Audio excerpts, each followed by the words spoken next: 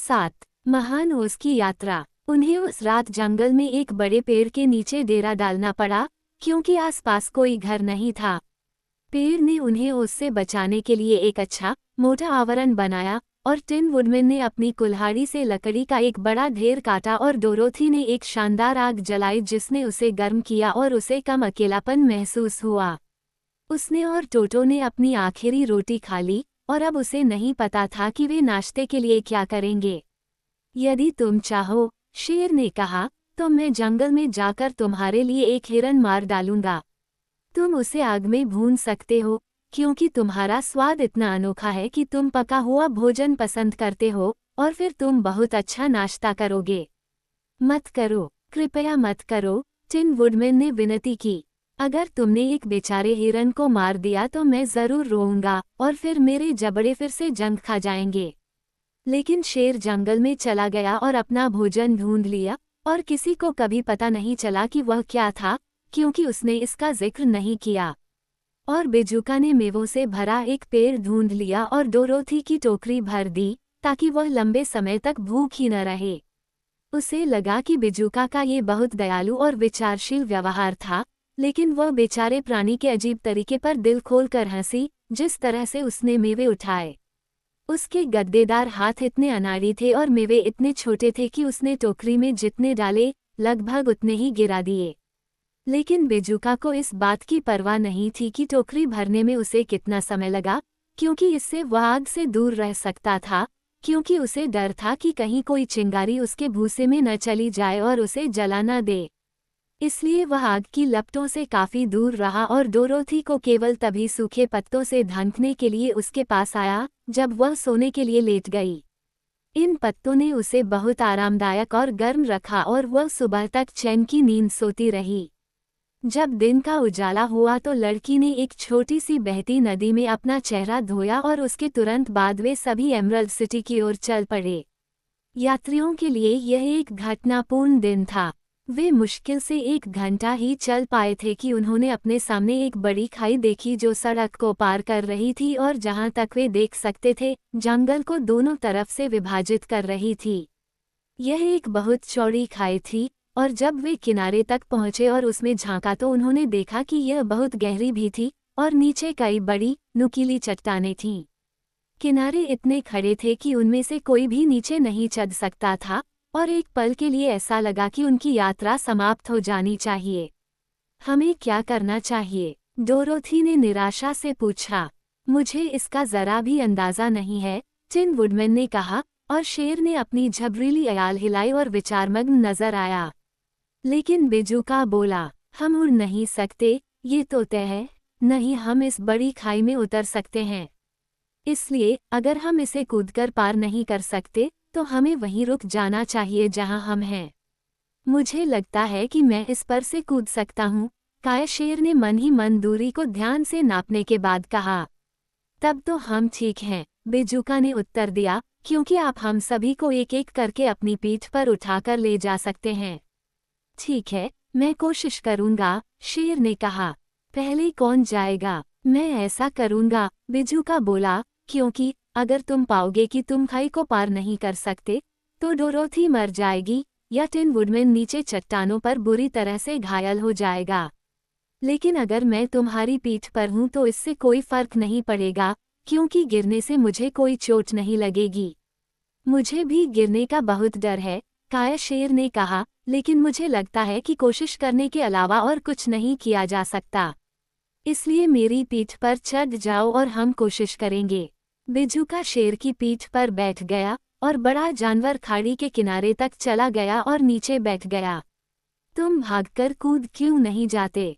Bazooka ने पूछा। क्योंकि हम शेर इस तरह से ये काम नहीं करते, उसने जवाब दिया। फिर एक जोरदार छलांग लगाते हुए वह हवा में उछला और सुरक्षित रूप से दूसरी तरफ उतर गया। वे सभी ये देखकर बहुत खुश हुए कि उसने ये कितनी आसानी से किया, और जब बेजुका उसकी पीठ से उतर गया तो शेर फिर से खाई के पार कूद गया।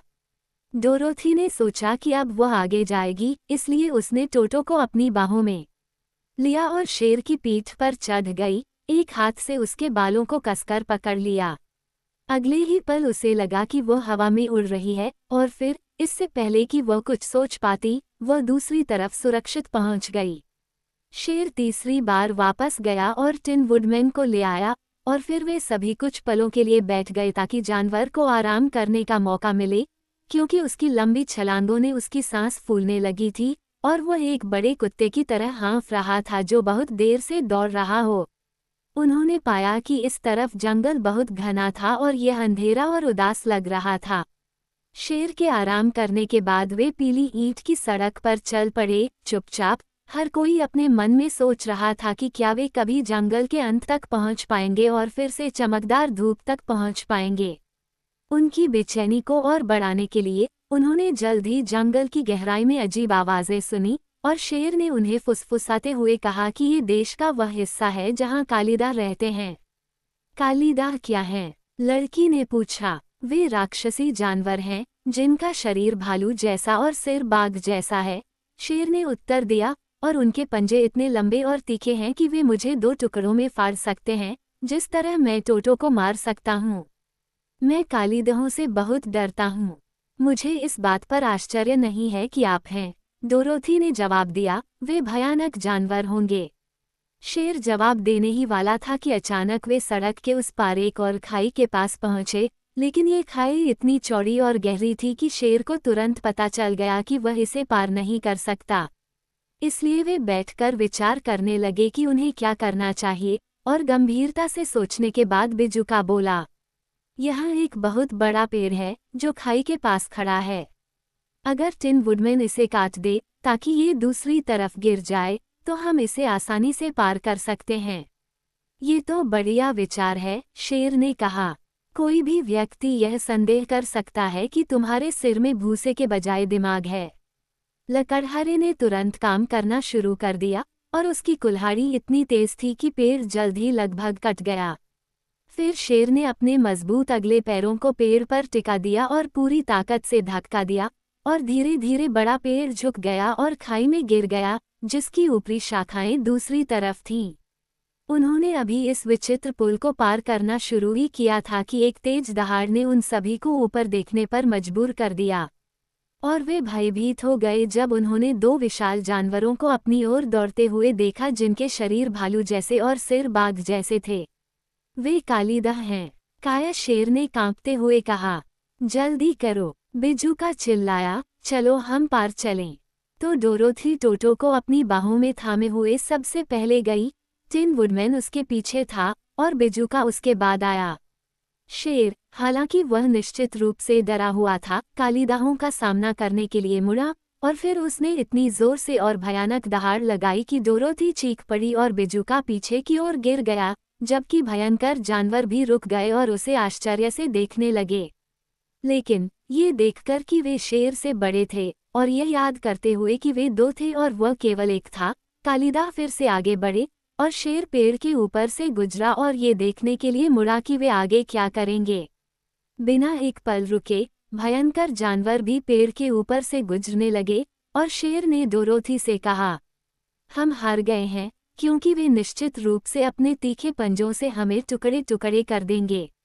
लेकिन मेरे पीछे खड़े रहो और जब तक मैं जीवित हूँ मैं उनसे लड़ता रहूंगा।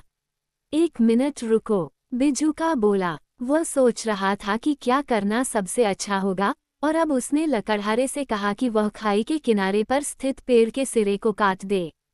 टिन के लकड़हारे ने तुरंत अपनी कुल्हाड़ी का इस्तेमाल करना शुरू कर दिया, और जैसे ही दोनों कालीदाह लगभग पार हो गए, पेड़ एक धमाके के साथ खाई में गिर गया, अपने साथ बदसूरत गुर्राते हुए जानवर को भी ले गया, और दोनों नीचे की ओर नुकीली चट्टानों पर टुकड़े टुकड़े हो गए। ठीक है, काया शेर ने राहत की लंबी सांस लेते हुए कहा, मैं देख रहा हूँ कि हम थोड़े दिन और जीवित रहेंगे, और मैं इसके लिए खुश हूँ, क्योंकि जीवित न रहना बहुत ही असुविधाजनक बात होगी। उन जीवों ने मुझे इतना डरा दिया कि मेरा दिल अभी भी धड़क रहा है। आह, टिन वुडमैन ने दुखी होकर कहा, काश मेरे पास भी धड़कने के लिए दिल होता। इस साहसिक यात्रा ने यात्रियों को जंगल से बाहर निकलने के लिए पहले से कहीं ज्यादा बेचैन कर दिया, और वे इतनी तेजी से चले कि डोरोथी थक गई और उसे शेर की पीठ पर सवार होना पड़ा। उन्हें बहुत खुशी हुई कि जैसे जैसे वे आगे बढ़ते गए, पेड़ पतले होते गए, और दोपहर में वे अचानक एक चौड़ी नदी के पास पहुंच गए, जो उनके ठीक सामने तेजी से बह रही थी। पानी के दूसरी तरफ वे एक खूबसूरत देश से गुजरती पीली ईंटों की सड़क देख सकते थे, जिसमें हरे भरे घास के मैदान थे, चमकीले फूलों से लदे हुए और पूरी सड़क पर स्वादिष्ट फलों से लदे पेड़ लगे हुए थे। वे अपने सामने इस रमणीय देश को देखकर बहुत प्रसन्न हुए। हम नदी कैसे पार करेंगे? डोरोथी ने पूछा। यह आसानी से हो सकता है, बेजुका ने जवाब दिया।